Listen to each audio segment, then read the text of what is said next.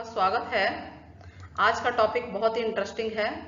Class 9 में हम लोग दो चैप्टर का एक साथ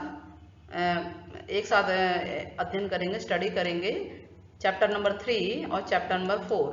चैप्टर नंबर 3 में है कोऑर्डिनेट ज्योमेट्री यानी निर्देशांक ज्यामिति, और चैप्टर 4 में है linear equation of two variable यानी दो चर वाले।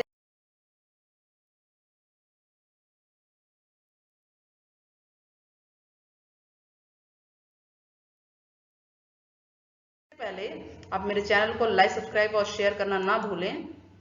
अच्छा, पिछली क्लासेस में हमने ये पढ़ा है कि किसी भी बिंदु को, जैसे अब ये एक नंबर लाइन है, बिंदु को दर्शाना हमने नंबर लाइन पे सीखा है। दो को अगर पॉइंट पे हमें दर्शाना है तो हम दो को हम जो है यहाँ पे नंबर लाइन पे दर्शा सकते हैं। 3 को दिखाना है 3 को दिखा सकते हैं, -5, -4 या बटे की कोई भी रकम हम नंबर लाइन पे शो कर सकते हैं।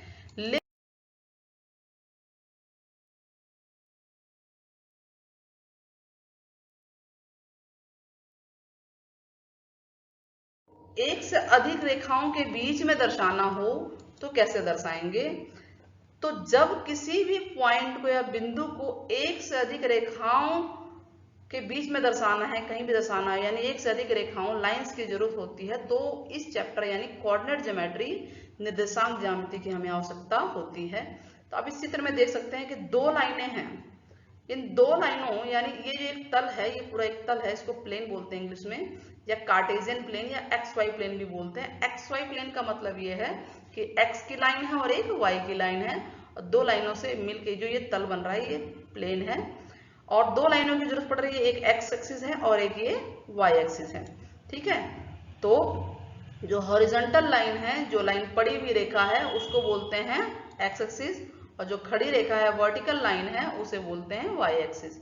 और इनके बीच में या इनके ऊपर कहीं भी पॉइंट होगा तो दो रेखाओं के बीच में कहलाएगा। ठीक है, इसको और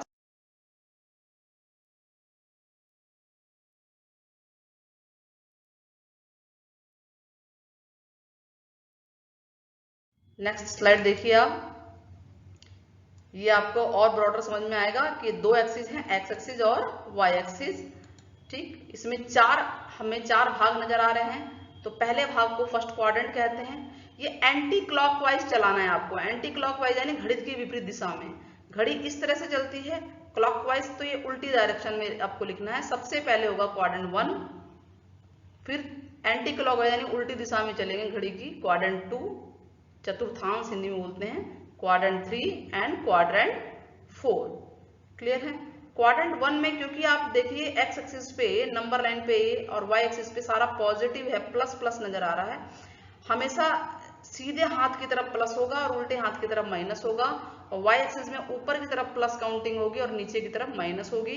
बीचों बीच 0 0 होता है, तो 0 से 1 की तरफ जाना और 0 से ही -1 की तरफ जाना है। तो ये क्वाड्रेंट 1 में प्लस प्लस आ रहा है, क्वाड्रेंट 2 में माइनस प्लस है। क्यों माइनस प्लस का लिखा गया है? क्योंकि एक्स वाली लाइन माइनस की है और वाई वाली प्लस की है। एबीसीडी में भी एक्स पहले आता है, वाई बाद में आता है, इसलिए पहले एक्स को लिखा जाएगा फिर वाई को लिखा जाएगा।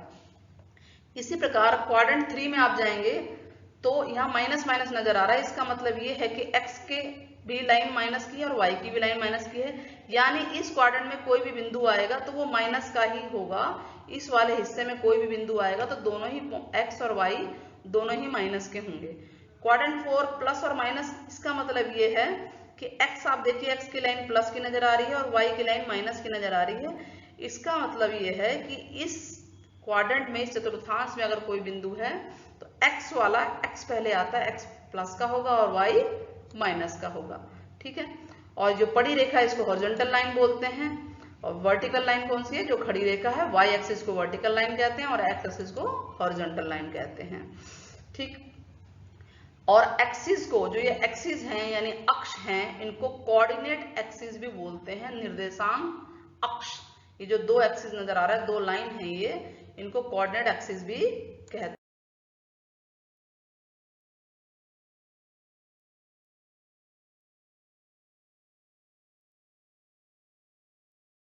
आगे बढ़ते हैं हम लोग। इसमें आप देखिए कि अगर किसी बिंदु को दर्शाना तो कैसे दर्शाना है। अब मान लीजिए कि 3 और 4 बिंदु, ये 3 4 नजर आ रहा है, ठीक है। तो 3 मतलब ये x का 3 है और ये y 4 का है। तो हम x वाली लाइन पे 3 देखेंगे कहाँ पे लिखा हुआ है। 3 को पहले काउंटिंग लिख लेंगे 1 से लेकर 6 तक, और इधर माइनस, ऊपर प्लस और नीचे माइनस। तो 0 से 3 कहाँ है, इस 3 को सीधा बिल्कुल वर्टिकल लेके जाना है 90 डिग्री पे, और ठीक वैसे ही 4 y एक्सिस पे उसको हॉरिजॉन्टल 90 डिग्री पे लेकर आना है। जहां ये एक दूसरे को मिला रहे हैं तो ये वाला बिंदु 3 और 4 का कहलाएगा। 3 और 4 पहले x को लिखना है फिर y वाले को लिखना है, ठीक है। अब जो x वाला बिंदु है यानी x का जो वैल्यू है 3, उसको एब्सिसा भी कहते हैं या हिंदी में भुज बोलते हैं। तो क्वेश्चन आता है कि भुज किसे कहते हैं, भुज क्या है, इसके अंदर भुज बताइए। तो भुज है 3 यानी एब्सिसा 3 है। और ऑर्डिनेट यानी y के पॉइंट को बोलते हैं यानी कोटि, कोटि क्या है 4।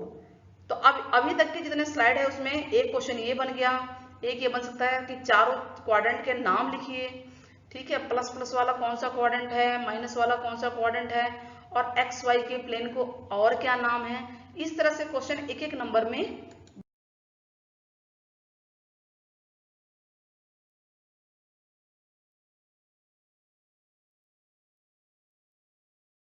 करते हैं। आगे देखिए, अब मैंने इस जो स्लाइड है इसके अंदर कई सारे पॉइंट हैं। तो क्वेश्चन ऐसा बनता है कि भाई पॉइंट आपको दे दिए गए और इसको जो है प्लेन पे यानी एक्सिस पे दर्शाइए। तो सबसे पहले हम इसको 3 और 4 को देखते हैं। 3 और 4 का मतलब यह है कि x का 3 पॉइंट है और y का 4 है। तो x की लाइन में जहां 3 है उसको ऊपर तक लेके जाएंगे और y जो 4 है उसको भी सामने लेकर आएंगे, एक दूसरे को जहां काटेंगे ये पॉइंट 3 और 4 का आ गया। ठीक उसी प्रकार से -3 और 4 है। तो x की लाइन में -3 कहाँ है, क्योंकि पहले x आता है बाद में y। तो -3 को ऊपर लेके जाइए और y भी 4, तो ये आ गया -3 और 4। 3 और 4 जो है फर्स्ट क्वाड्रेंट में आया है, -3 और 4 देखिए सेकंड क्वाड्रेंट में आया है। अब -4 और -2, -4 मतलब x -4 है और y -2 है। तो x के पॉइंट पे -4 को नीचे लेकर आइए सीधा वर्ड, ठीक है, बिल्कुल 90 डिग्री पे सीधा लेकर आते हैं। और ऐसे ही जो y का -2 है उसको सीधे लेके जाइए, एक दूसरे को जो है ये काटेंगे, यहाँ पे काट रहे हैं, ठीक है। तो ये कहलाएगा -2 और -4 और -2, पहले x लिखेंगे फिर y लिखेंगे। अच्छा, अगर किसी बिंदु में ऐसे हमें दे रखा है कोऑर्डिनेट दे रखा है हमें कि 2 और 0 को दिखाइए। 2 और 0 का मतलब है x 2 है और y 0 है, ठीक है। x 2 है और y 0 है, भुज 2 है और कोटि 0 है। तो x एक्सिस पे 2 देखेंगे, उसको 0 तक लेके जाना है। तो 0 ना तो ऊपर जा सकता है ना नीचे जा सकता है। तो आपका ये पॉइंट इसी 2 पे बन जाएगा, क्योंकि 0 यही लाइन है, ना तो इस 0 कोई लंबाई है ऊपर जा सकता है ना ही नीचे जा सकता है। तो ये वाला पॉइंट जो है 2 पे बनाएंगे और इसको लिखेंगे 2,0। इसका मतलब है y की वैल्यू 0 है और x 2 है। अगर कोई पॉइंट 0 और -3 है उसको कैसे दिखाएंगे। 0 और -3 का मतलब ये है कि x 0 है और y -3 है। तो हम y जो ये वाला पॉइंट -3 है ये y की लाइन पे देखेंगे, पहले जो पॉइंट दिया हुआ है उसको देखेंगे। -3 है, इसको 0 तक ले जाना है, या तो राइट ले जाएंगे या लेफ्ट। तो ना राइट में ले जा सकते हैं ना लेफ्ट में ले जा सकते हैं हम इसे। तो इसी पॉइंट पे ये बनेगा 0 और -3। इसका मतलब है 0 की वैल्यू, x की वैल्यू 0 है और y -3 है। क्लियर हो गया ये आप लोगों को, समझ में आ रहा होगा। चलिए थोड़ा और आगे बढ़ते हैं।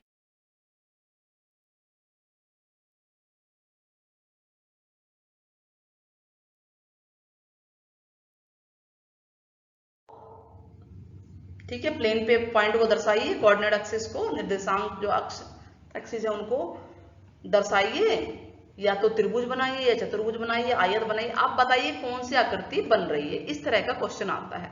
तो हमने एक क्वेश्चन ले लिया कि हमारे को ये 4 पॉइंट दिए हुए हैं, ठीक है। ये 4 पॉइंट दे दिए A B C D। इनको पहले हमें ग्राफ पेपर पे दर्शाना है, फिर हमें इसका एरिया निकालना है। तो हमें पहले पता लगाना पड़ेगा कि कौन सी आकृति बन रही है। तो सबसे पहले हम A दर्शाएंगे 3 और 2। तो ये x का 3 है, 3 और y का 2। ग्राफ पेपर पे आप ध्यान से देखेंगे मिल जाएगा ये। तो 3 और 2 यहाँ दर्शा दिया। ठीक वैसे b का पॉइंट -3 और 2 है, यानी ये b -3 मतलब कि x -3 है, इसको ऊपर ले गए। और y 2 है, इसको यहाँ सामने लेकर आएंगे, तो ये सेकंड क्वाड्रेंट में बन गया। सी थर्ड क्वाड्रेंट में बन गया और डी आपका फोर्थ क्वाड्रेंट बन गया। जब हमने इन लाइनों को मिलाया तो हमने देखा कि ये आकृति क्या बन रही है, ये आकृति आयत बन रही है। क्या बन रही है? आयत, रेक्टेंगुलर। ठीक है, तो आयत भी बन रही है, या आप ये डिस्टेंस देख लीजिए कि ये दूरी बराबर है कि नहीं है। तो हम ये देख रहे हैं कि यहाँ से ये y पे 2 कदम इधर गया है, y पे 2 कदम नीचे आया है, टोटल हो गया 4 कदम। ठीक वैसे इधर भी y की वैल्यू 2 है, 2 कदम ऊपर है, 2 कदम नीचे है, टोटल हो गया 4, यानी ये इसके बराबर है। ऊपर वाला भी 3 कदम इधर, 3 कदम इधर, ये 6 हो गया और नीचे भी 6 हो गया।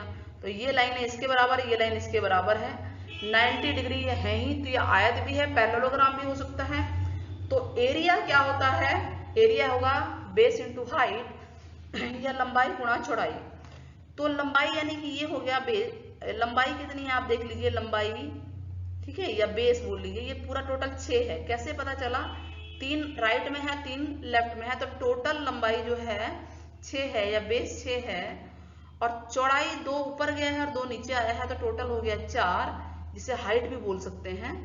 ठीक है, अगर इसे आप आयत समझेंगे तो लंबाई गुणा चौड़ाई लिखिएगा, और अगर इसे आप पैरेललोग्राम समझते हैं तो बेस इंटू हाइट लिखिए। तो बेस हो गया 6 और हाइट हो गया 4। ठीक है, तो 24 आ गया। इस तरह से हम इसका क्षेत्रफल निकाल लेंगे। इस ऐसा ही क्वेश्चन आ जाता है कि भाई अगर त्रिभुज बन जाता है, कई बार त्रिभुज बन जाता है और त्रिभुज का क्षेत्रफल निकालिए, या हमें बताना है कि कौन सी आकृति बन रही है, उसमें और आगे क्वेश्चन जोड़ देते हैं कि एक्स अक्ष पे कौन सा बिंदु आ रहा है उसको दर्शाओ।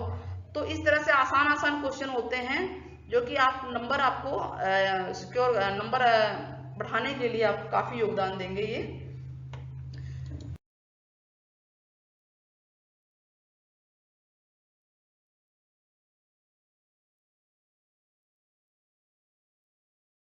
नेक्स्ट पे चैप्टर 3 आपको समझ में आ गया होगा। चैप्टर 3 में बस इतना ही है, आप कोऑर्डिनेट एक्सिस के बारे में जान लीजिए, क्वाड्रेंट के बारे में जान लीजिए, और प्लॉट करना जान लीजिए कि पॉइंट को कैसे कैसे दर्शाना है और पॉइंटों को मिलाने से कौन सी आकृति बन रही है। ठीक है, और डिटेल में मैं नेक्स्ट वीडियो में इन चारों चैप्टर्स के इंपॉर्टेंट क्वेश्चन लेकर आऊंगी, आप जरूर देखिएगा। फिलहाल चलते हैं चैप्टर 4 की तरफ। चैप्टर 4 जो लीनियर इक्वेशन ऑफ 2 वेरिएबल है, इससे पहले हम जान लेते हैं लीनियर इक्वेशन ऑफ 1 वेरिएबल, यानी एक चर वाले रैखिक समीकरण। एक चर यानी एक वेरिएबल होना चाहिए। देखिए एग्जांपल लिया है मैंने, x + 1 = 0, इसमें कितने वेरिएबल है? x, ओनली 1 वेरिएबल है x। y + 3 = 1, इसमें कितने वेरिएबल है? 1 वेरिएबल है y, और नेक्स्ट वाले में भी एक वेरिएबल है। तो ये लीनियर इक्वेशन कहलाता है। लीनियर मतलब कि पावर एक, हाईएस्ट पावर एक होनी चाहिए, और 1 वेरिएबल यानी सिर्फ एक ही वेरिएबल होना चाहिए। लेकिन हमारा ये चैप्टर है linear equation of 2 variable. Linear equation of 2 variable यानी पावर तो एक ही हो, लेकिन वेरिएबल कितने हो गए? चर कितने हो गए? 2 हो गए। देखिए अब पहला एग्जांपल लिया है x और y, तो 2 वेरिएबल है पहला एग्जांपल में भी, दूसरे में भी देखिए 2x - 4y = 0, इसमें भी 2 हैं, और तीसरे में a और b। वेरिएबल यही होते हैं जिनकी वैल्यू जो है अकॉर्डिंग टू इक्वेशन चेंज होती रहती है। तो ये वेरिएबल है a और b, x y, यहाँ 2 वेरिएबल नजर आ रहे हैं। तो इस चैप्टर में हम यही पढ़ेंगे। दोनों में डिफरेंस यही है कि 1 वेरिएबल में एक ही होता है, वेरिएबल एक ही चर होता है, और लीनियर इक्वेशन 2 वेरिएबल में 2 चर होता है। ठीक है, एक और पॉइंट है कि जो 1 वेरिएबल वाले लीनियर इक्वेशन होते हैं, इनके यूनिक सॉल्यूशन एक ही सॉल्यूशन आता है। कैसे? आप ये पहला एग्जांपल देखिए, x + 1 = 0 है, तो x बराबर क्या आएगा? -1, तो सिर्फ एक ही आंसर आएगा इसका, ओनली 1 आंसर आएगा। ठीक वैसे ही नीचे नेक्स्ट एग्जांपल में y की वैल्यू -2 आएगी, तो सिर्फ एक ही आंसर आ रहा है। इसका मतलब है कि यूनिक सॉल्यूशन होता है, अद्वितीय समाधान होते हैं, हल होते हैं 1 वेरिएबल वालों के। तो 2 वेरिएबल वालों में कितने हल होते हैं? 2 वेरिएबल वालों जो होते हैं उनके इनफाइनाइट होते हैं सॉल्यूशन, अनंत हल होते हैं, अनंत समाधान होते हैं। इसका मतलब कि x की आप वैल्यू रखेंगे, मान लीजिए यहाँ पे 0 पहला एग्जांपल है, तो y आएगा 1 - 0 1 आ गया। x की वैल्यू और कुछ और रखते हैं तो y कुछ और आएगा, x कुछ और रखेंगे, 3 रखेंगे तो y कुछ और आएगा, x 10 रखेंगे तो y की वैल्यू अलग आएगी। तो इससे ये पता चल रहा है कि अगर हम x की वैल्यू चेंज करते हैं तो y की वैल्यू भी चेंज होगी, या इसका उल्टा बोल लीजिए y की वैल्यू चेंज करते हैं तो x की वैल्यू भी चेंज होगी। तो ये एक बहुत ही इंपॉर्टेंट डिफरेंस है दोनों में कि जो वन वेरिएबल वाले लीनियर इक्वेशन होंगे उनका एक ही हल है, एक ही सॉल्यूशन है, यूनिक। यूनिक मतलब ओनली वन। और टू वेरिएबल वाले लीनियर इक्वेशन है उनके अनंत इनफाइनाइट सॉल्यूशन हो सकते हैं, कई सॉल्यूशन हो सकते हैं।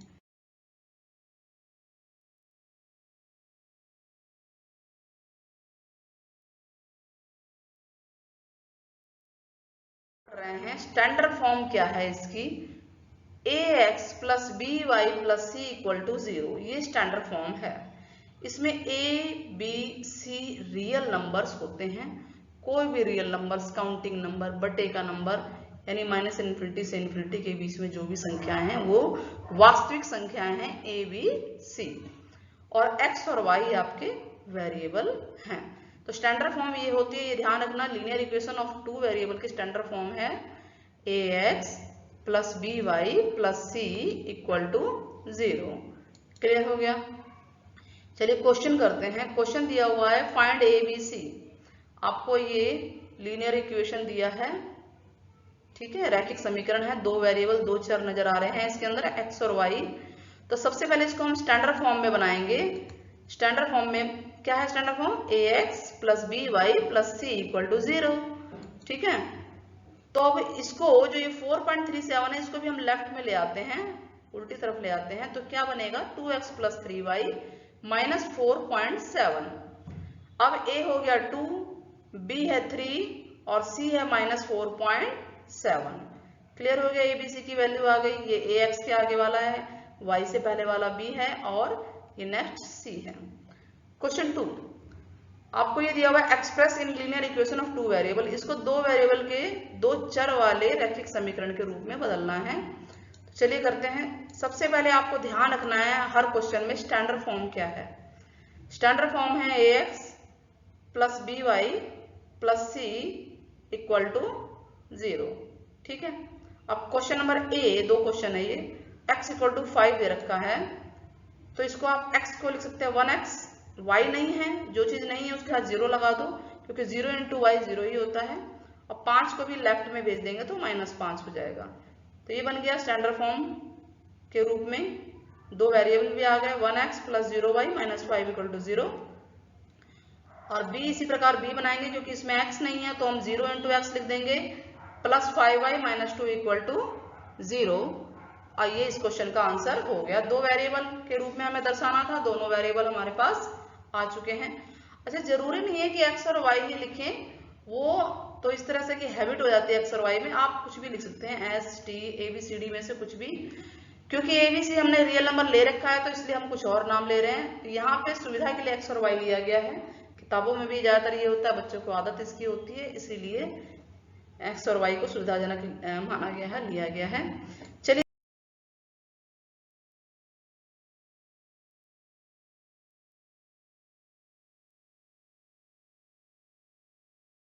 पढ़ते हैं। नेक्स्ट है question number 3, find solution of linear equation. आपके एक ये रैखिक समीकरण दे रखा है और इसके 3 हल निकालने हैं। 3 हल कैसे निकालेंगे सबसे पहले जान लीजिए। या तो x की वैल्यू पुट करेंगे या y की, मर्जी आपकी है, प्लस में भी पुट कर सकते हैं और माइनस में भी पुट कर सकते हैं। चलिए हम सोल्व करते हैं।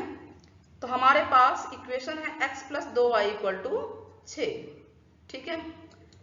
वैल्यू x की मान ली हमने वैल्यू पुट की 0, x हमने यहाँ हिंदी में लिखेंगे x का मान 0 रखने पर, तो 0 रखेंगे x के लिए, तो x के लिए 0 आ गया, प्लस 2y इक्वल टू 6। तो y बराबर क्या हो जाएगा, ये 2 जो है, क्योंकि 0 तो हट जाएगा, 2 गुणा में है, 6 के नीचे जाके भाग हो जाएगा, तो y बराबर 6/2 यानी कि 3 आ जाएगा। यानी x जब हमने 0 वैल्यू पुट की तो y क्या आ गया, 3 आ गया। चलिए नेक्स्ट वैल्यू पुट करते हैं, x 2 रख के देखते हैं तो क्या आएगा। तो इक्वेशन में x की जगह हमने 2 रख दिया, 2 प्लस 2y इक्वल टू 6। अब ये 2 प्लस का है, राइट में जाके माइनस का हो जाएगा, तो ये आ जाएगा 2y equal to 6 minus 2। 6 minus 2 कितना होता है, 4, तो 2y इक्वल टू 4। ये 2 मल्टीप्लाई में है तो y इक्वल टू 4/2, y की वैल्यू 2 आ गई, यानी x 2 था तो y भी 2 आया है। नाउ नेक्स्ट एक और रखते हैं y, चलिए इस बार y की वैल्यू रखते हैं, हमने 2 बार x रखा है, इस बार हम y रखते हैं 0, तो x की जगह नहीं रखा हमने वैल्यू, y की जगह रखा है, ध्यान रखिए, ठीक है। अच्छा मर्जी है, y की रखो चाहे x की रखो, चाहे तीनों x रख लो, चाहे तीनों y की वैल्यू पुट कर लो, चाहे एक x एक y एक x एक y, जो मन करे आपको, जो सुविधाजनक है। तो हमने y इक्वल टू 0 पुट कर दिया तो 2 इंटू 0 0 होता है, तो x प्लस 0 हो जाएगा इक्वल टू 6, तो 0 हट जाएगा, x इक्वल टू 6 आ गया। तो इस तरह से हमारे पास टेबल बन गई, इसको टेबल रूप में लिख लीजिए कि x जब 0 था तो y 3 है, x 2 है तो y 2 है, x, ठीक है, और जब y 0 है, y की जगह 0 लिखेंगे तो x 6 आया है। तो इस तरह से 3 सॉल्यूशन हमारे आ गए, 4 पूछेंगे तो 4 भी कर सकते।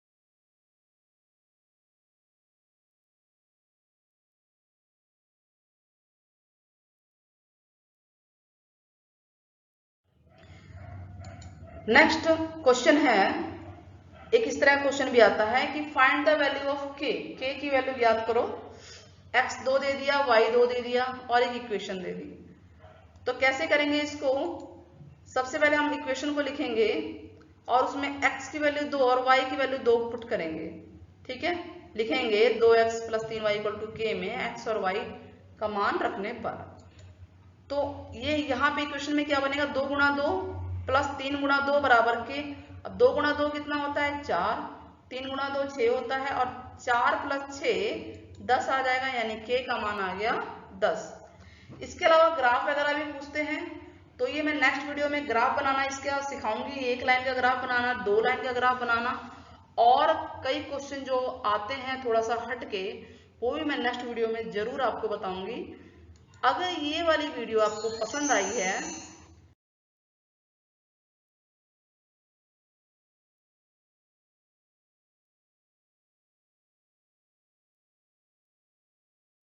थैंक यू वेरी मच, और मेरे चैनल को लाइक सब्सक्राइब और शेयर करना ना भूलें। Thank you very much.